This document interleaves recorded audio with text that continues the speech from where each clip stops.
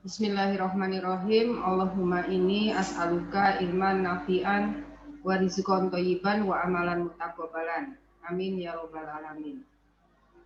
Senang sekali hari ini saya bisa berjumpa lagi dengan mahasiswa semua di mata kuliah pengantar ilmu hukum. Sebelum kita mulai perkuliahan, kita panjatkan dulu rasa syukur kita kepada Allah Subhanahu wa Ta'ala yang sudah memberikan kita begitu banyak kenikmatan dan anugerah, termasuk juga kesehatan, sehingga semuanya pada malam ini bisa hadir di sini bersama-sama menuntut ilmu. Wah, pokoknya Pak Ewan bahasa Inggris bagus. Ini dari tadi pagi ya, internetnya seperti ini nih, saya juga nggak ngerti. Nah, kita lanjutkan. Juga tidak lupa kita sampaikan salam hormat kita dan sholawat kepada satu-satunya manusia terbaik yang mana Allah perintahkan kita untuk meneladani akhlak dan perilakunya, satu-satunya tidak ada yang lain, yaitu Nabi Allah Muhammad SAW beserta keluarga dan para sahabat beliau. Hari ini kita akan membahas tentang sumber-sumber hukum. Tentu saja sumber-sumber hukum yang ada di Indonesia ya. Tapi sekilas nanti kita akan juga bahas apakah sumber-sumber hukum ini setiap negara itu berbeda ataupun sama. Sebelum itu, mengenai tugas yang diharuskan dalam bentuk video, ini semuanya dikumpulkan dulu dalam bentuk video, ya, dikumpulkan dulu. Kemudian nanti akan saya upload video tersebut. Ya, welcome back to me. Tadi sampai mana? Oh, nanti akan saya upload video tersebut melalui channel YouTube saya. Kalau mahasiswanya tidak ada channel YouTube, tapi kalau sudah punya, alangkah lebih baiknya di-upload di channel YouTube mahasiswa tersebut, sehingga kita nanti bisa ramai-ramai berkunjung, gitu ya, berkunjung ke channel tersebut, bersilaturahim adalah salah satu bentuk menuntut ilmu juga, dan bisa mengajukan pertanyaan-pertanyaan di sana. Jadi nanti saya akan bagi berdasarkan absensi kelompok-kelompoknya, tema-temanya sudah ya minggu yang lalu. Tinggal pembagian nama-namanya saja. Jadi semuanya dikumpulkan dulu videonya, tidak satu persatu. Kemudian yaitu mengenai tugas. Sekarang kita masuk pada perkuliahan. Sumber-sumber hukum ini ada 5. Yang pertama adalah undang-undang. Yang kedua, kebiasaan. Yang ketiga, jurisprudence atau jurisprudensi. Yang keempat, traktat. Yang kelima, doktrin hukum. Materi ini akan saya upload di e-learning. Sudah beberapa hari yang lalu sudah mengingatkan diri sendiri ya untuk mengupload materi di e-learning. PowerPoint-nya juga sudah siap gitu ya. Tapi setiap kali buka laptop yang dikerjakan berbeda, kemudian lupa, gitu. Nanti habis kuliah ini harus langsung saya upload supaya tidak lupa-lupa lagi. Jadi yang saya upload itu hanya merupakan namanya PowerPoint ya, poin-poinnya saja begitu. Nah ini contohnya akan saya uraikan di sini. Nah, kemudian jurisprudensi yang keempat traktat. Yang kelima doktrin hukum. Sebagian pakar hukum menambahkan revolusi sebagai sumber hukum. Ya, revolusi atau coup d'etat. Kudeta. Kalau di bahasa kita ya, coup d'etat itu kudeta. Tapi sebagian pakar hukum yang lain tidak memasukkan revolusi atau coup d'etat sebagai sumber hukum. Kita tidak berdebat ke sana, masing-masing pakar hukum mempunyai pendapat sendiri, mempunyai legal opinion sendiri tentang ini, tapi kita akan pelajari yang 5 ini, ya. Yang coup d'etat kita akan bahas sekilas. Nanti akan kita temukan juga kenapa kok para pakar hukum berbeda pendapat soal sumber hukum yang keenam. Gitu. Nah, sumber hukum. 5 tadi ulang Ibu. Oh iya. 5 tadi. Undang-undang, kebiasaan, jurisprudensi, traktat, doktrin hukum. Yang satu lagi revolusi atau kudeta, coup d'etat. Yang ini masih jadi perdebatan ya. Tapi kalau yang 5 sumber hukum itu semua pakar hukum sepakat bahwa 5 ini adalah sumber-sumber hukum. Nanti materinya akan saya upload di e-learning, tapi sayangnya tidak ada contoh di situ ya. Contohnya akan saya jabarkan kali ini. Nah, kita lihat di sini.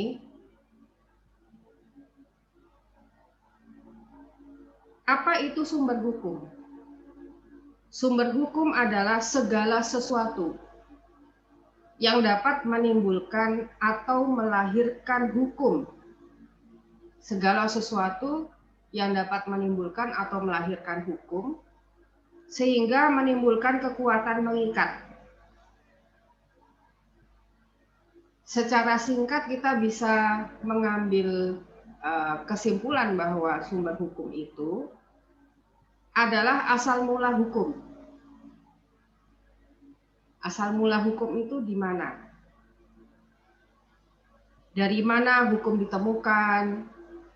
Dari mana berasalnya isi norma hukum? Nah, itu adalah sumber-sumber hukum. Apa fungsi sumber hukum? Fungsinya adalah menciptakan kepastian hukum. Kita lihat yang pertama, undang-undang.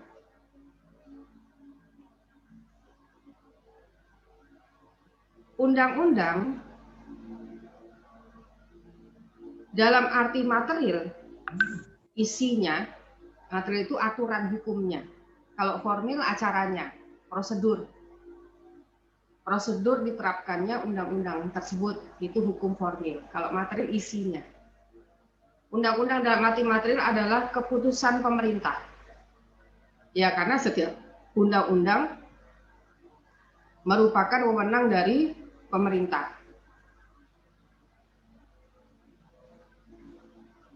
Yaitu setiap keputusan pemerintah yang menetapkan peraturan-peraturan yang mengikat secara umum. Sumber hukum berupa undang-undang hanya mengikat pada wilayah hukum negara tersebut saja.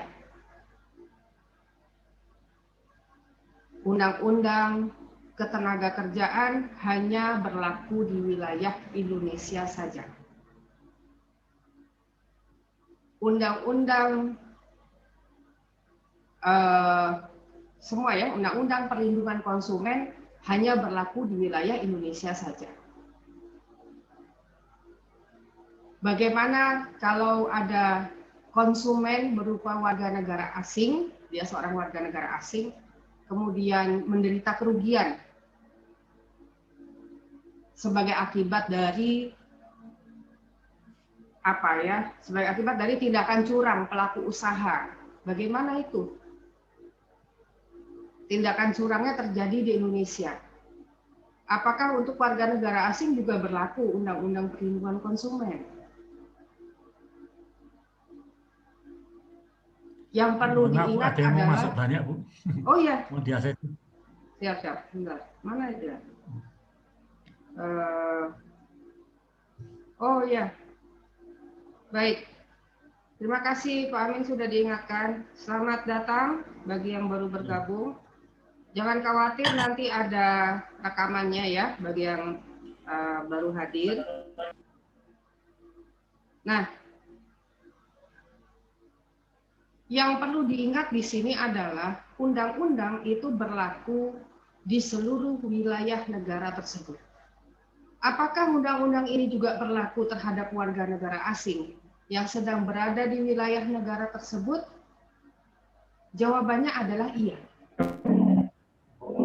Jadi warga negara asing yang sedang berada di wilayah negara tertentu di luar kewarganegaraannya, dia juga patut untuk mentaati aturan hukum yang ada di negara tersebut. Karena sudah menjadi kesepakatan bersama negara-negara bahwa ada asas hukumnya ya, yang minggu lalu kita sudah belajar bahwa setiap orang dianggap tahu undang-undang. Jadi wajib mentaati aturan hukum yang ada di wilayah tersebut. Bagaimana kalau terjadi pelanggaran terhadap warga negara asing? Nah, ini kita berbicaranya berbeda lagi.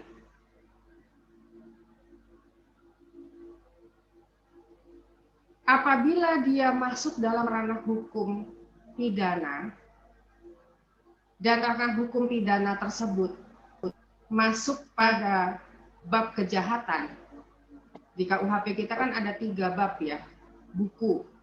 Kalau bahasa Belanda tuh buku, kalau di kita bab. Buku 1, buku 2, buku 3. Buku 1 aturan umum, buku 2 kejahatan, buku 3 pelanggaran. Apabila tindakan warga negara asing ini termasuk ke dalam bab kejahatan, maka negara di mana si warga negara asing ini melakukan tindak kejahatan tidak bisa serta-merta memberlakukan hukum negaranya kepada warga negara asing tersebut. Kenapa? Karena di warga negara asing tersebut melekat hukum nasional negaranya.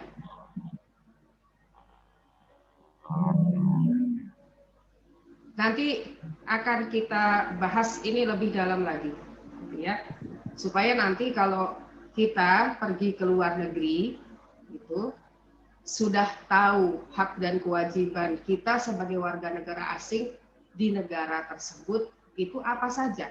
Salah satunya adalah mempunyai hak untuk diadili di negara, di tempat di mana kita berkeluarga negaraan. Tapi ada syaratnya. Sebagai awal, nanti dibuka pasal 6 KUHP. Itu ada ketentuannya bagi warga negara Indonesia yang melakukan tindak pidana di luar negeri. Nah, itu kita bahas nanti, gitu ya. Nah, sumber hukum yang pertama adalah undang-undang. Hanya berlaku di wilayah negara tersebut untuk semua orang yang berada di wilayah tersebut, baik warga negaranya maupun warga negara asing. Berlakunya ya, tapi terhadap pelanggarannya ada perbedaan.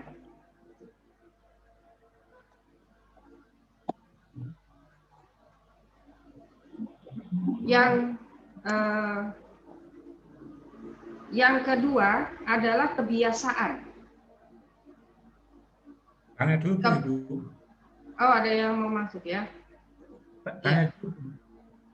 Ya, silakan. Sambil tanya dulu, Bu. Ya, boleh. Siap. Mau tanya sedikit, Bu. Silakan, Pak Amin. Ini mau nanya sedikit, Bu.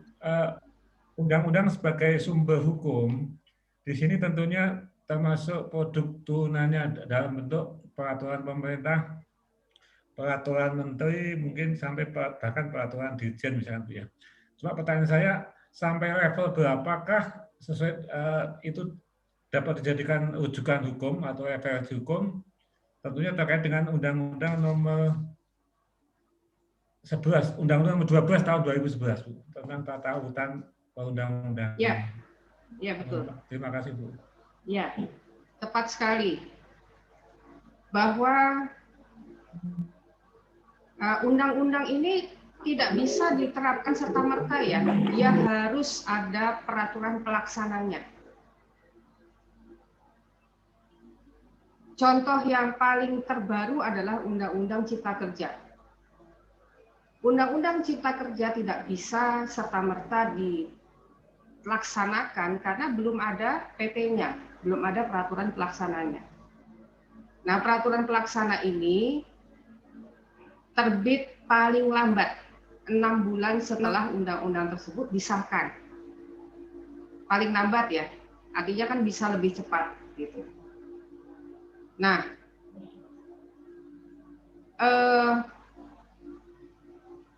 uji materi ke Mahkamah Konstitusi tidak menghentikan terbentuknya peraturan pelaksana, tidak menghentikan PP.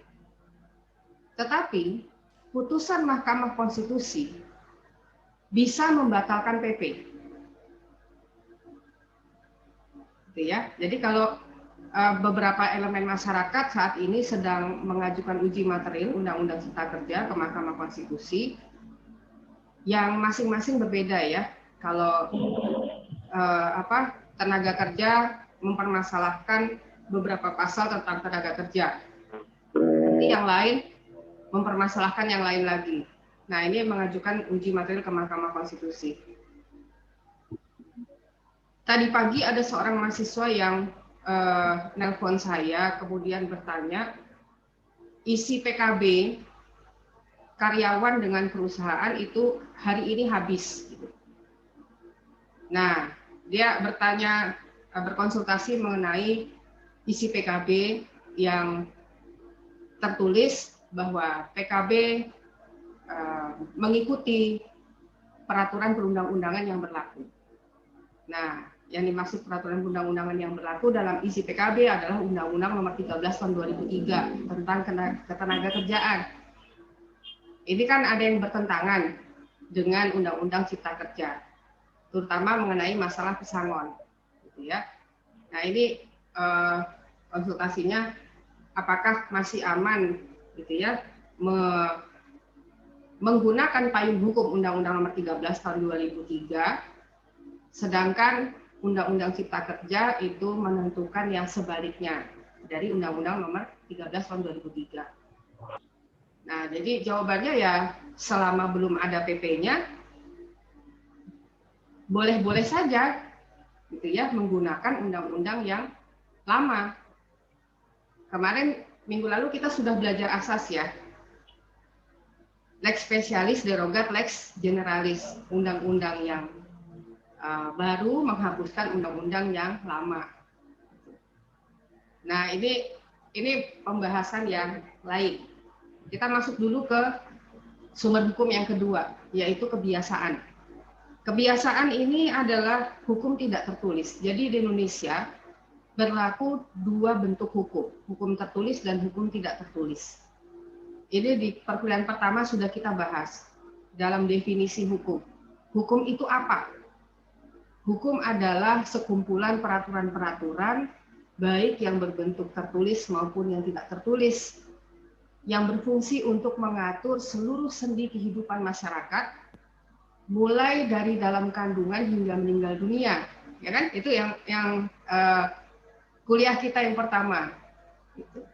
Yang hanya dapat dibuat oleh lembaga yang berwenang, ya hanya pemerintah dan DPR ya, yang berwenang untuk membuat undang-undang, hanya berlaku pada wilayah dan waktu tertentu. Undang-undang Indonesia hanya berlaku di Indonesia. Waktu tertentunya hingga timbul undang-undang yang baru, gitu ya. Kemudian memiliki sanksi yang tegas, itu yang sudah kita bahas. Nah, maka hukum tidak tertulis juga berlaku di Indonesia. Kita juga sudah menyamakan persepsi di awal kuliah bahwa yang dimaksud dengan hukum tidak tertulis itu adalah hukum yang tidak terkodeks, yang belum terkodifikasi. Apabila kita perhatikan hukum adat sebagai hukum tidak tertulis, itu ada kitabnya. Contoh misalnya di Cirebon, ada namanya Kitab Pepakem Cirebon. Itu mengatur mengenai ketatanegaraan Kesultanan Cirebon. Nah, itu bukan berarti maksudnya itu tidak terkodeks ya. Terkodeks, kodeks itu undang-undang. disusun dalam sebuah kitab berupa undang-undang. Ya memang tidak disahkan menjadi undang-undang hukum adat ini. Tapi hukum adat dia kedudukannya sama dengan hukum negara. Hanya keberlakuan hukumnya berbeda. Kalau hukum adat, keberlakuan hukumnya hanya pada masyarakat adat itu sendiri. Kalau undang-undang, hukum tertulis, keberlakuan hukumnya di seluruh wilayah negara itu. Jadi jangkauan keberlakuan hukum sudah pasti lebih luas yang undang-undang. Ya. Nah, yang ketiga adalah jurisprudensi. Jurisprudensi berasal dari bahasa Latin, jurisprudensia. Artinya pengetahuan hukum. Kalau dalam bahasa Inggris disebut sebagai jurisprudence. Artinya ilmu hukum.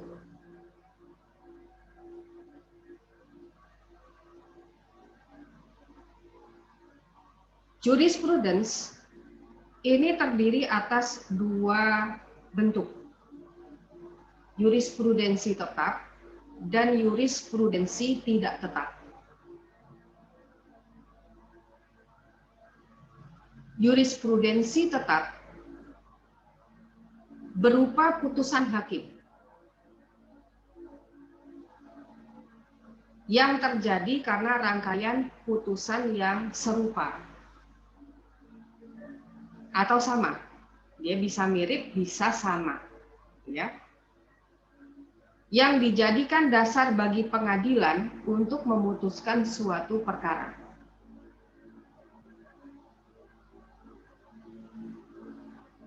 Apabila hakimnya tidak mau, apabila hakimnya ini jurisprudensi ini termasuk pilihan bagi hakim ya, bukan harus mengikuti jurisprudens, harus mengikuti putusan hakim sebelumnya, bukan. Tapi menjadi rujukan bagi majelis hakim ketika memutus perkara yang mirip atau yang sama persis. Kalau hakim menggunakan pertimbangan yang lain, ya tidak masalah. Ya.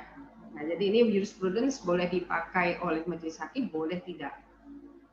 Yang kedua, jurisprudensi tidak tetap. Jurisprudensi tidak tetap adalah putusan hakim terdahulu yang tidak dijadikan dasar bagi pengadilan.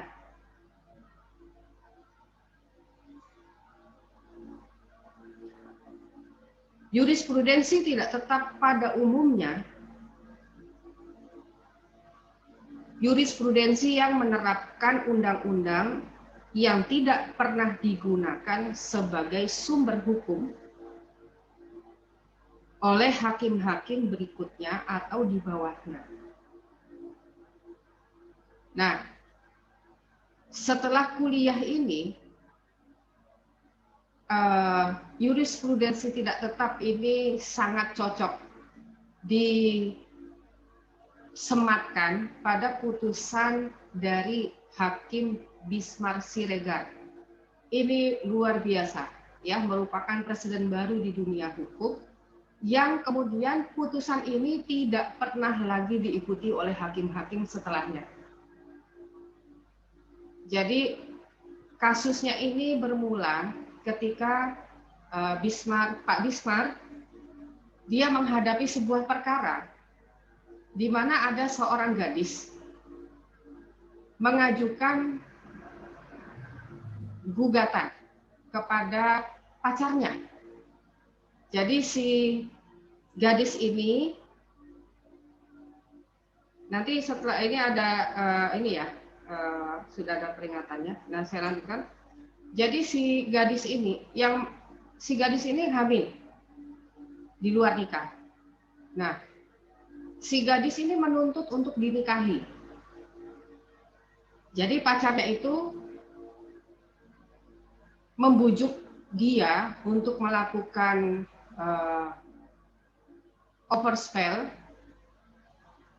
Overspell itu kalau di KUH pidana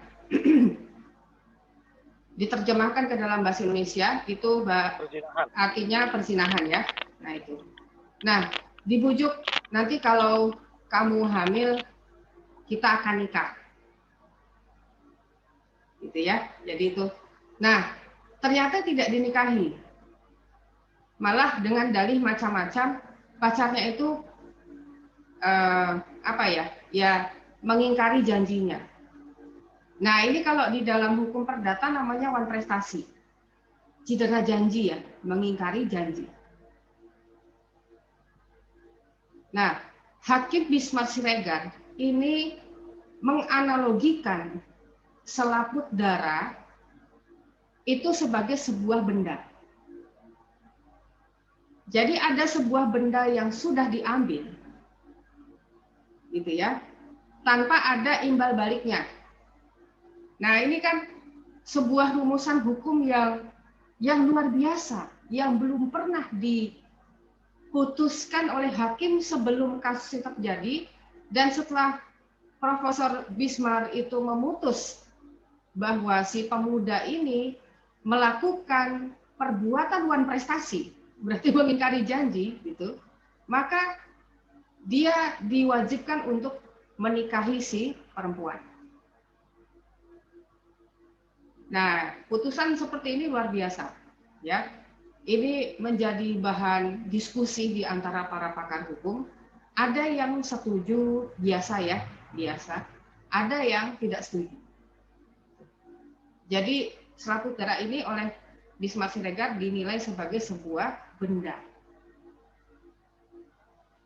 Nah, yang sudah diambil oleh pihak lain yang tidak, yang kemudian pihak lain ini wan prestasi gitu. Wan prestasi tidak janji ya. Jadi KUH dianalogikan seperti ini oleh Hakim Bismar Siregar. Nanti bisa dicek. Walaupun putusannya sudah sangat lama, tapi karena ini merupakan presiden baru di dunia hukum, ini dibicarakan terus sampai sekarang, gitu ya. Tapi meskipun menjadi populer kasus ini, ternyata tidak diikuti oleh hakim-hakim setelah putusannya Bismar Siregar. Ya, ini contoh aja. Nah, kemudian yang keempat adalah treaty atau traktat.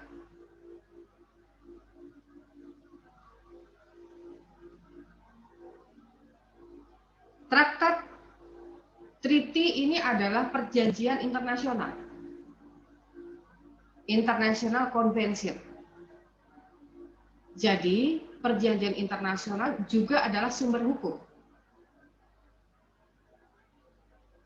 Seperti apa perjanjian internasional yang bisa menjadi sumber hukum? Adalah perjanjian internasional yang sudah diratifikasi oleh negara itu. Baru bisa jadi sumber hukum.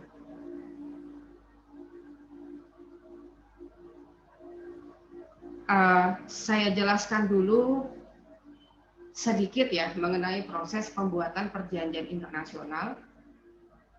Ini ada di Undang-Undang Nomor 24 Tahun 2000 tentang Perjanjian Internasional. Itu ada tahapan-tahapannya dari mulai pertama sampai terakhir sehingga diundangkan ke dalam hukum nasional.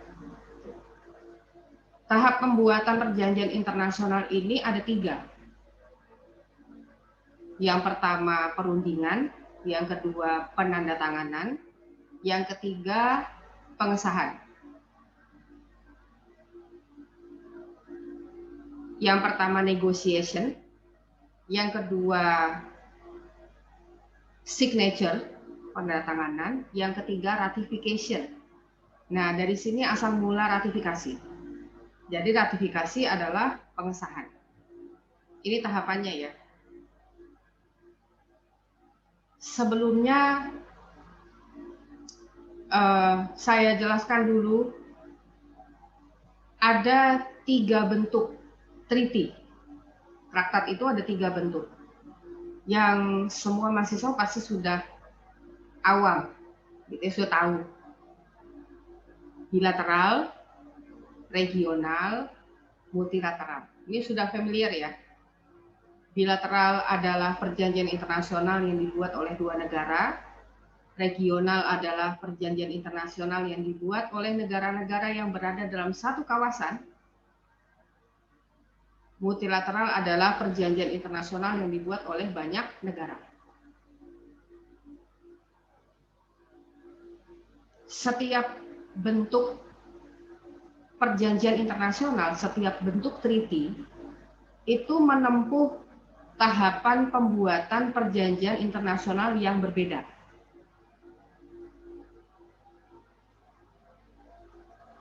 Jadi, tahapan perjanjian internasional, negotiation, signature, ratification, itu untuk regional dan multilateral.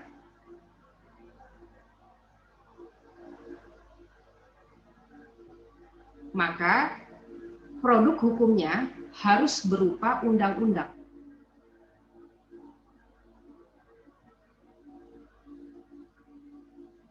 Sedangkan bilateral cukup menempuh dua tahap pembuatan perjanjian internasional, yaitu negotiation dan signature. Tahapan ketiga tidak. Maka produk hukum dari perjanjian bilateral adalah kepres atau perpres.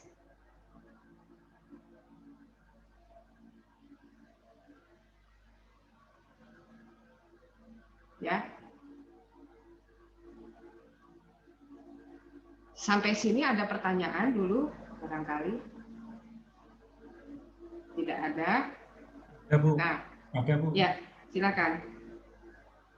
Terkait dengan Ada yang mau ini, masuk. Ya. pertanyaan pertama gini, ya, TIT itu apakah untuk ini apakah harus ditandatangani oleh DPR? Ya. Ya, yang treaty yang mana Pak? Regional, multilateral, bilateral, semuanya ya, semuanya ya. Pak Amin, suaranya putus. Apa ya? Spesialis, berarti bisa mengalahkan undang-undangnya, gitu artinya gitu. Jadi misalkan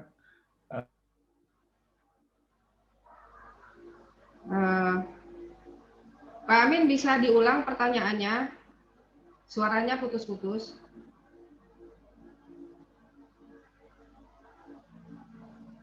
Halo.